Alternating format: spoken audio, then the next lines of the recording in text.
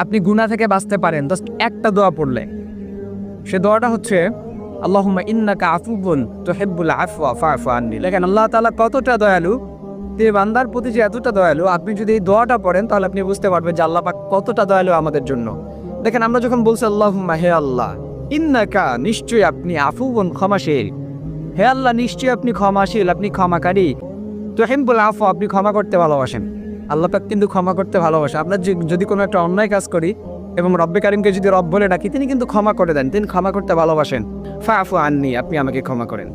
মানে আমরা বলতেছি আল্লাহুম্মা ইন্নাকা আফুবুন তুহিব্বুল আফওয়া ফা'ফু আন্নি, আল্লাহ আপনি ক্ষমাশীল, আপনি ক্ষমা করাকে ভালোবাসেন, সুতরাং আপনি আমাকে ক্ষমা করে দেন। কারণ আমরা গুনাহগার, আমরা অন্যায় কাজ করে ফেলি।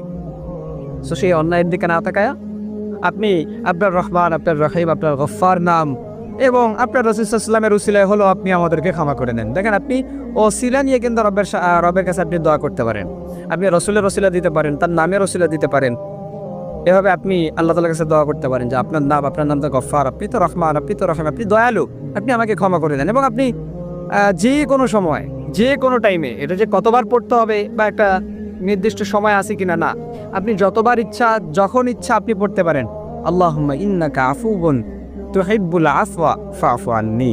এই দোয়াটা পড়লে পরে আপনার অন্যায় কাজ, গুনাহ কাজ আপনি 100% নিশ্চিত থাকেন যে আপনি মাফ পাবেন ইনশাআল্লাহ। জাস্ট আপনাকে এটা নিশ্চিত থাকতে হবে যে আমার রব আমাকে ক্ষমা করবেনই, একবারে নিশ্চিত আমাকে ক্ষমা করবেন। এই বিশ্বাসটা আপনার অন্তরে রাখেন। অন্তরে রেখে আপনি যদি এই দোয়াটা প্রতিনিয়ত পড়তে পারেন তাহলে আল্লাহ পাক একবারে নিশ্চিতভাবে আপনাকে ক্ষমা করে দিবে ইনশাআল্লাহ। এবং এই গুনাহ থেকে মাফ পাওয়ার জন্য অনেক দোয়া আছে, তার মধ্যে আমি জাস্ট আপনাকে একটা সাজেস্ট করলাম, আপনি এটা পড়তে পারেন।